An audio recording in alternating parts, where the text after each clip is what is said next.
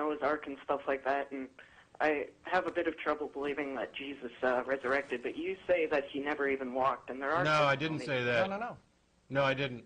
No. I've never said that. As a matter of fact, I've corrected the same stupid point about 53,000 times. Yeah, there are atheists who take that view, but Matt and I are not among them. What I've said is that there is insufficient evidence to support that he actually did exist. I'm not saying he didn't. What I'm talking about is when you try to determine whether or not somebody existed, you have to take an assessment of what you know about them. And when you build this character story, for example, George Washington, we think everything that we've heard about George Washington, we try to find out what of it's true. And when there's a good chunk of it that's true, we can say, you know what, this person most likely probably existed, although there's one or two things like the I chopped down a cherry tree, I cannot tell a lie story that are pretty much mythical, and we throw that out and say that probably didn't happen. In the case of Jesus, there is not a single contemporary account from an eyewitness. There is not a single event from his life that we can accurately date or provide any evidence for. And all of the accounts are done a generation later or more. They are hearsay by non-eyewitnesses. And the accounts of his life, the events try to identify, are almost all of a supernatural nature. They have no verification.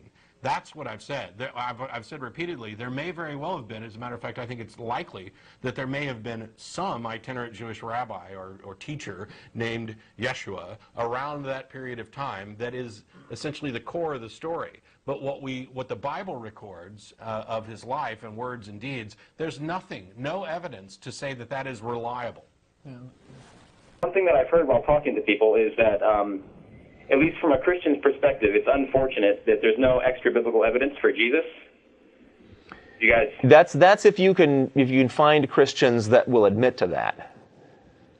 It's not unfortunate for those who are going to just hand wave and give you a list of supposed sources that in fact are no good if you look at them, but they believe they're good. Right. I'm kind of talking. A lot of atheists have said that there's no extra biblical evidence for Jesus. That's correct. That is correct. So this seems to be kind of an unfair point to me because the Bible and the New Testament specifically it's the amalgamation of information about Jesus. It's not like it's one single data point. This is the collection of information that was about Jesus at the time. Treating the New Testament like it's a single source. So if there had been like some, arrest record or a Roman document about this Jesus guy and what a troublemaker he was and we got to do stuff to him, you think that would have made it into the Bible if they'd found it? That doesn't seem very likely to me. Yeah, probably not, but that's kind of beyond the point. I'm saying that it's not a single...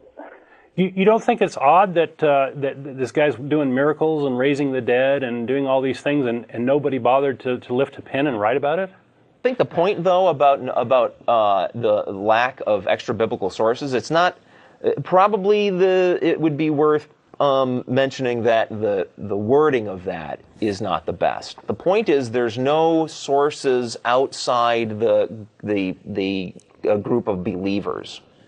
It's only believers who appear to have written about Jesus. And when I say believers, I mean followers, right? That's a good point. You don't hear about, I'm some traveler from Syria, and I thought it was all very crazy, but there was this big crowd gathered, and there was this Jesus guy, and they were saying he was doing miracles. There's none of that. The only people, apparently, who ever wrote about him were people who were already in the religion and already believed. That's the problem. Well, I wouldn't expect anyone else to write about it. I mean, that's... Really? Because nobody writes about anything that they saw unless they're a worshiper of it.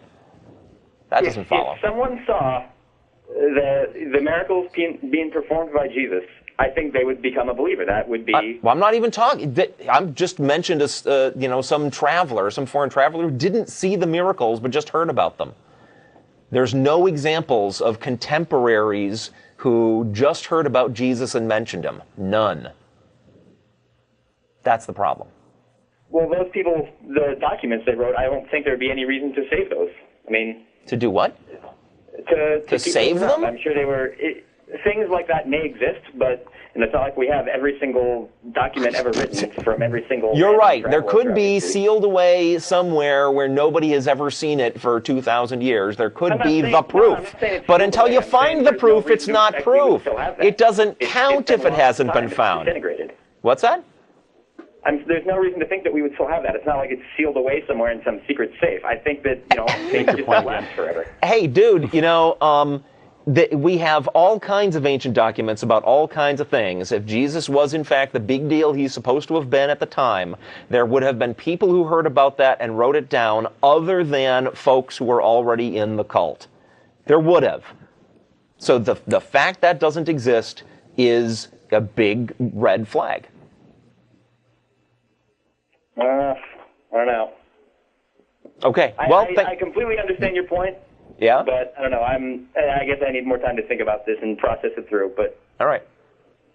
All right. Thanks again. Thanks for calling. Thanks, David. Do yourself and your faith the honor of saying it's faith. Don't say it's science-based. The argument you would won't be, get away with it. Look, the argument would be, Christopher, is that if the universe exploded into being out of nothing, then miracles are possible because the greatest miracle of all has already occurred.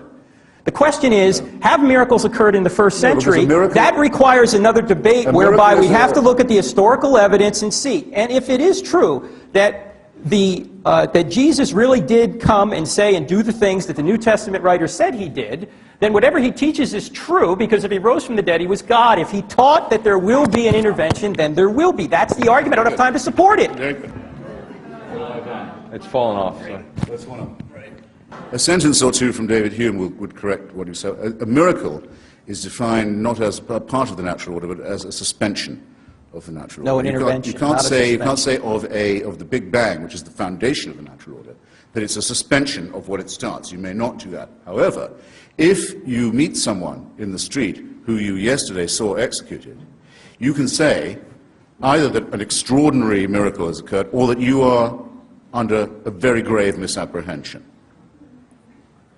And David Hume's logic on this, I think, is quite irrefutable. He says, what is more likely, that the laws of nature have been suspended in your favor and in a way that you approve, or that you've made a mistake? And in each case you must, and especially if you didn't see it yourself and you're hearing it from someone who says that they did. I would go further and say the following. I'll grant you that it would be possible to track the pregnancy of the woman Mary, who's mentioned about 3 times in the Bible, and to show that there was no male intervention in her life at all, but yet she delivered herself of a healthy baby boy. I can say, I don't say that's impossible. Parthenogenesis is not completely unthinkable, but it does not prove that his paternity is divine. And it wouldn't prove that any of his moral teachings were thereby correct. Nor, if I was to see him executed one day and see him walking the streets the next, would that show that his father was God, or his mother was a virgin, or that his teachings were true, especially given the commonplace nature of resurrection at that time and place. After all, Lazarus was raised, never said a word about it. The daughter of Jairus was raised, didn't say a thing about what she'd been through.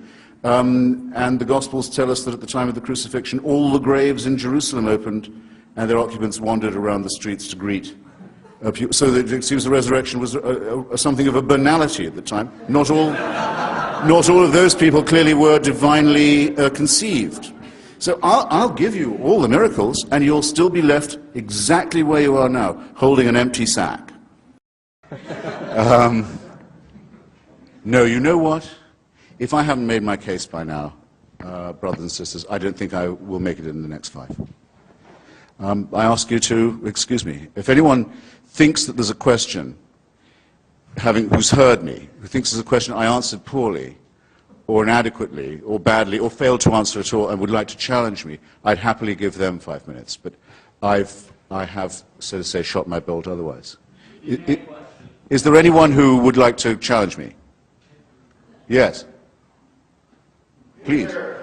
If there is no God, why do you spend your whole life trying to convince people that there isn't?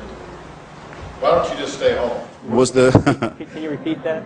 Was the question? The question is, if there is no God, why spend your life and career trying to refute that, why not just leave it alone and stay home? Fair enough?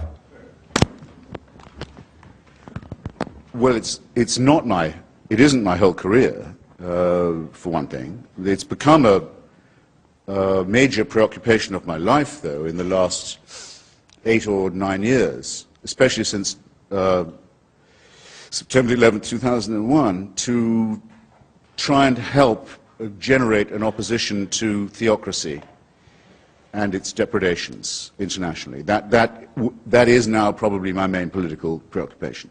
To help people in Afghanistan, in Somalia, in Iraq, in Lebanon, in Israel, resist those who sincerely want to encompass the destruction of civilization and sincerely believe they have God on their side in wanting to do so. Maybe I will take a few minutes just to say something that I find repulsive about especially monotheistic, messianic religion. With a large part of itself, it quite clearly wants us all to die.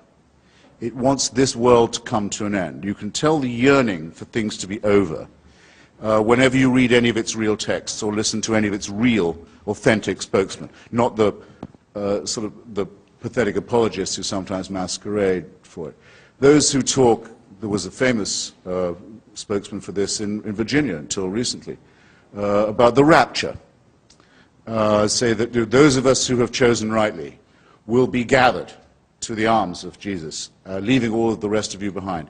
If we're in a car, it's your lookout. That car won't have a driver anymore. If we're a pilot, that's your lookout. That plane will crash. We will be with Jesus, and the rest of you can go straight to hell.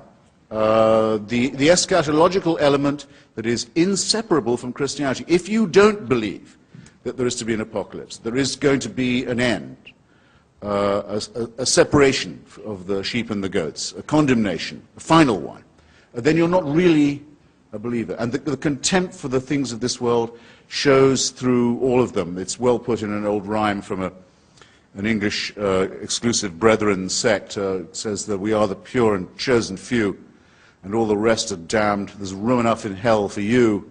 We don't want heaven crammed. You can tell it when you see the extreme Muslims talk. They cannot wait. They cannot wait for death and destruction to overtake and overwhelm the world. They can't wait for what I would call, without ambiguity, a final solution. When you look at the Israeli settlers, paid for often by American tax dollars, deciding that if they can steal enough land from other people and get all the Jews into the promised land and all the non-Jews out of it, then finally the Jewish people will be worthy of the return of the Messiah. And there are Christians in this country who consider it their job to help this happen so that Armageddon can occur, so that the painful business of living as humans and studying civilization and trying to acquire learning and knowledge and health and medicine and to push back can all be scrapped, and the cult of death can take over. That, to me, is a hideous thing in eschatological terms, in end times terms, on its own. A hateful idea, a hateful practice, and a hateful theory, but very much to be opposed in our daily lives, where there are people who sincerely mean it, who want to ruin the good relations that could exist between different peoples, nations, races, countries, tribes, ethnicities, who openly say they love death more than we love life, and who are betting that with God on their side, they're right about that. So when I say, as the subtitle of my book, that I think religion poisons everything, I'm not just doing what publishers like and coming up with a provocative subtitle. I mean to say it infects us in our most basic integrity. It says we can't be moral without Big Brother, without a totalitarian permission. It means we can't be good to one another. It means we can't think without this. We must be afraid. We must also be forced to love someone who we fear. The essence of sadomasochism. The essence of abjection. The essence of the master-slave relationship. And that knows that death is coming and can't wait to bring it on. I say this is evil. And though I do some nights stay home, I enjoy more the nights when I go out and fight against this ultimate wickedness and ultimate stupidity. Thank you.